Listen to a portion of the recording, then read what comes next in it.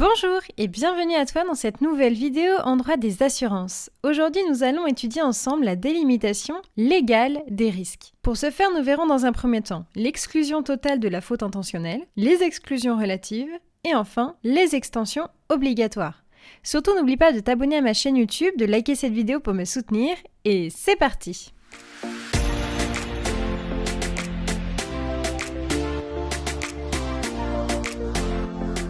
Tout d'abord, l'exclusion totale à absolument retenir en droit des assurances, c'est donc l'exclusion de la faute intentionnelle qui est un thème très important et qui crée beaucoup de jurisprudence et de doctrine. Tout d'abord, tu peux noter que l'exclusion dans les assurances dommages. Ici, je te renvoie à l'article L113-1 du Code des assurances qui nous explique qu'il faut prouver la volonté de créer le risque ou de causer le dommage de la part donc de l'assuré. Donc ici, l'assureur peut donc fonder son action sur une faute intentionnelle ou alors dolosive. Dans les assurances de personnes, cette fois-ci, ici, il va y avoir deux situations à distinguer.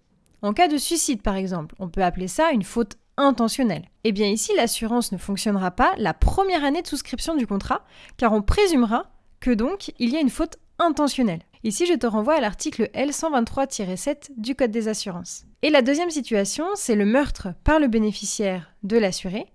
Ici, je te renvoie à l'article L132-24 du Code des assurances. À présent, les exclusions relatives. Ici, distinguent deux situations.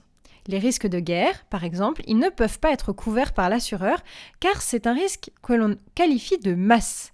Ici, je te renvoie à l'article L121-8 du Code des assurances qui va poser l'exception de la prise en charge de garantie des risques de guerre par l'assureur en cas de clause conventionnelle prévue donc dans le contrat. La deuxième situation, c'est les anomalies de la chose ne peuvent pas être prises en compte par l'assureur. Ici, je te renvoie à l'article L121-7 du Code des assurances. Enfin, les extensions de garantie qui sont donc obligatoires dans un contrat d'assurance. Les risques naturels et les risques liés aux faits de l'homme. En ce qui concerne les risques naturels, tu peux noter les catastrophes naturelles qui doivent donc être garanties.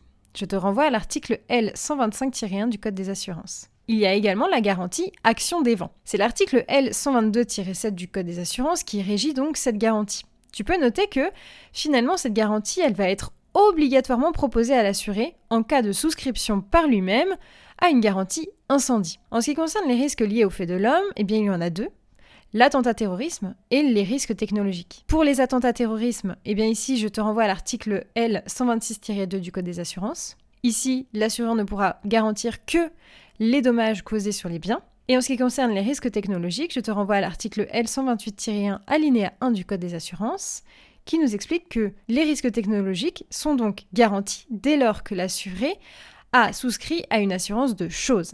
Et généralement, l'assuré prend la garantie risque technologique quasi automatiquement. Voilà, je te remercie pour ton écoute, j'espère avoir bien su t'aider dans tes révisions.